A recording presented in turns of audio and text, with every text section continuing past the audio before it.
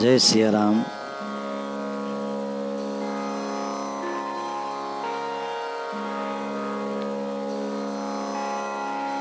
जैसे कि आप सभी जानते हैं,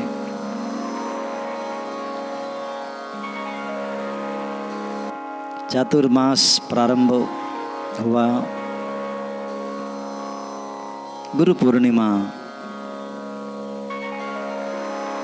का पावन उत्सव अपने अपने गुरुदेव के श्री चरणों में कोटि कोटि नमन।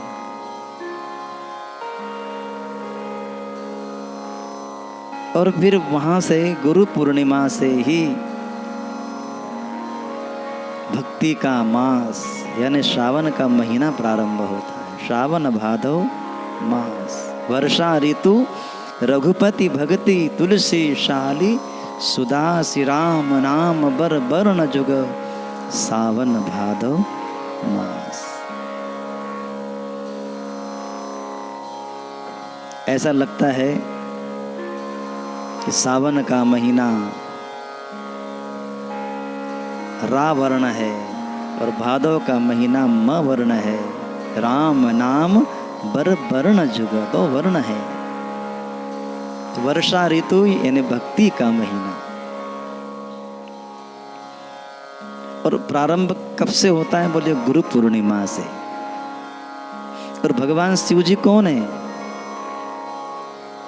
तुम त्रिभुवन गुरु वेद बखाना,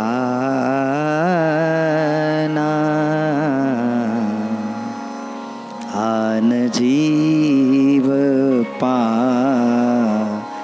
मर का जाना। भगवान शंकर जो है त्रिभुवन गुरु है, त्रिभुवन के गुरु। और गुरु पूर्णिमा से यात्रा प्रारंभ होती है। पूरा महीना सावन, फिर उसमें भी अधिक मास। धन्य है हम। और सबसे बड़ी बात तो यह है, भगवान ज्योतिर्लिंग की सानिध्य में मां नर्मदा की गोदी में बैठ करके और ऐसा शुभ पावन अवसर हमें प्राप्त हो, शायद देवता लोग भी आने के लिए तरसते होंगे। ऐसा पावन सुलभ अवसर, हरिहर मिलन। अधिक मास तो है ही भगवान विष्णु का, लेकिन वो सावन में आया और उसका महत्व बढ़ गया। तो ऐसे पावन श्रावण के महीने में भगवान शिव की आराधना हम सब के लिए कल्याणकारी है, बहुत कल्याणकारी। शिवम कल्याणम ददाति इति शिवः। तो आप इस सावन के महीने में खूब भगवान शिव की आराधना करिए। भगवान राम भी जब लंका प्रवेश करने लगे तो उत्तर तट के ऊपर भगवान को सुंदर पृथ्वी लगी। क्या लगी? पावन भूमि। परम रम्य उत्तम यह धरणी, और महिमामित जाए नहीं बरनी। उत्तम पावन भूमि को देख करके भगवान की भी इच्छा हो गई कि मैं यहाँ शिव की स्थापना करूं। हमें भी करना चाहिए। हमें भी पार्थेश्वर शिवलिंग स्वयं बना करके और ब्राह्मण, वैदिक ब्राह्मणों के द्वारा भगवान का सुंदर पूजन अर्चन अभिषेक करना चाहिए। देखिए कितना इसका फल प्राप्त होता है। शत्रु पर विजय प्राप्त होती है।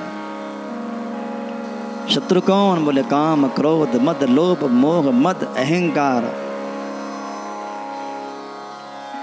शिव आराधना से भगवान राम ने सुंदर बालू का शिवलिंग बनाया। और लिंग थापि विधिवत करि पूजा, शिव समान प्रिय मोहि न दूजा। लिंग थापि विधिवत करि पूजा। भगवान ने बालू का शिवलिंग बनाया और सुंदर शिवलिंग की स्थापना की। और अंत में उसकी फलश्रुति भगवान ने, गोस्वामी जी लिखते हैं फलश्रुति क्या? भगवान कहते हैं कि मेरे द्वारा ये शिवलिंग जो मैंने स्थापना की, जो इसका दर्शन करेगा, जो इसको गंगा जल चढ़ाएगा, तो बोले क्या होगा?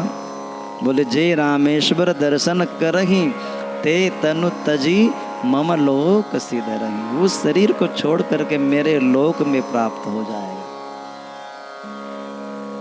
जो गंगा जल आनि चढ़ावई सो सायुज्य मुक्ति नर पावई। सायुज्य मुक्ति भगवान की बिल्कुल सभी।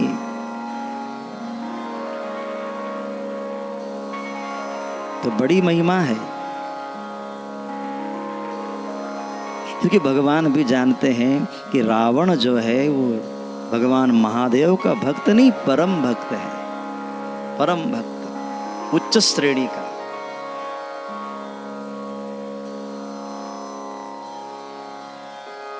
तो भगवान राम ने विचार किया कि पहले भगवान महादेव को प्रसन्न किया जाए, और भगवान शिव को प्रसन्न किया। रावण पर भगवान ने विजय प्राप्त की, रावण को मोक्ष दिया। इसका अर्थ क्या? बोले हम भी यदि भगवान शिव की आराधना करें तो हमारे भी काम, क्रोध, लोभ, मोह, मद, मत्सर जितने विकार हैं, ये सब भगवान शिव की कृपा से, भगवान महादेव की कृपा से सब नष्ट हो जाते हैं। अहंकार रूपी रावण मर जाता है। रावण मोह समाप्त हो जाता है। तो बड़े भागी हैं कि 18 जुलाई से 1 अगस्त तक अधिक मास का पावन महीना प्रारंभ हो रहा है। तो 2 महीने हमें मिले, एक शुद्ध सावन, एक अधिक मास।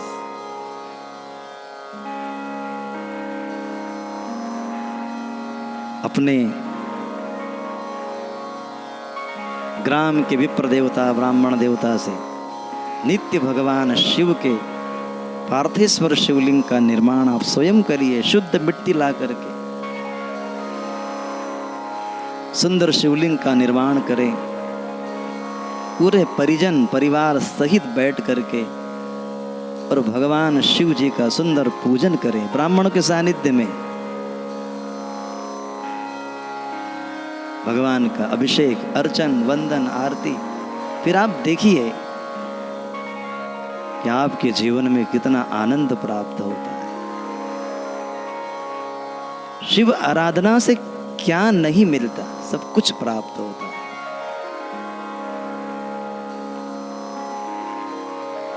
होई अकाम जो छल तज सेई, भगवान राम कहते हैं होई अकाम जो छल तज सेई, भगति मोरी तेहि शंकर दे। जो छल कपट छोड़ करके भगवान शिव की आराधना करता है तो क्या होता है? बोले भगवान महादेव फिर उस प्राणी को राम की भक्ति प्रदान करते हैं, है ना। राम की भक्ति प्रदान ऐसे नहीं होती, कृष्ण की भक्ति ऐसे नहीं मिलती। उसके लिए पहले शिव आराधना करनी पड़ेगी। आप राम दुआरे तुम रखवारे, हो तन आज्ञा बिनु पैसारे। राम भक्ति में, राम कथा में, राम सत्संग में यदि प्रवेश करना है तो पहले आपको शिव की भक्ति करना पड़ेगी, शिव की आराधना करनी पड़ेगी।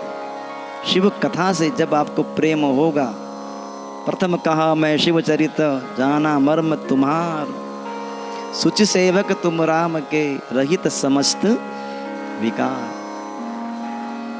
अपने रामचरित्र मानस बाल कांड में भरद्वाज जी ऋषि ने याज्ञवल्क्य मुनि से राम कथा पूछी और पहले उन्होंने शिव कथा सुनाई, पूरी शिव कथा सुना दी। जब शिव कथा पूर्ण हो गई, याज्ञवल्क्य जी महाराज मौन हो गए। भरद्वाज जी बैठे हैं, दोनों आंखों में अश्रुधारा, कथा में बिल्कुल सराबोर हो गए, डूब गए कथा में। बोले महाराज सुनाते जाइए, बहुत आनंद आ रहा है। तब याज्ञवल्क्य जी ने कहा कि भाई कहीं तुम्हें ऐसा तो नहीं लगा कि तुमने पूछी राम कथा, मैंने सुनाई शिव कथा? तो याज्ञवल्क्य जी कहते हैं बस मैं यही देखना चाहता था कि भाई तुम्हें राम कथा से प्रेम तो है, लेकिन शिव में प्रेम है कि नहीं। प्रथम कहा मैं शिव चरित्र, इसलिए मैंने पहले शिव चरित्र कहा। जाना मर्म तुम्हार, तुम्हारे मर्म को जाना कि तुम्हें शिव कथा में प्रेम है कि नहीं। क्योंकि जिसको शिव से प्रेम नहीं, उसके ऊपर भगवान राम की कभी भी कृपा नहीं हो सकती। इसलिए जीवन में शिव आराधना बहुत अवश्य है। शिव आराधना से ही भगवान राम की भक्ति जीवन में प्राप्त होती है। इसलिए आप सभी को श्रावण मास की बहुत बहुत बधाई। आपके जीवन में भगवान शिव की अनहद कृपा बरसे, अनहद कृपा बनी रहे। ओम नमः शिवाय। जय सिया राम।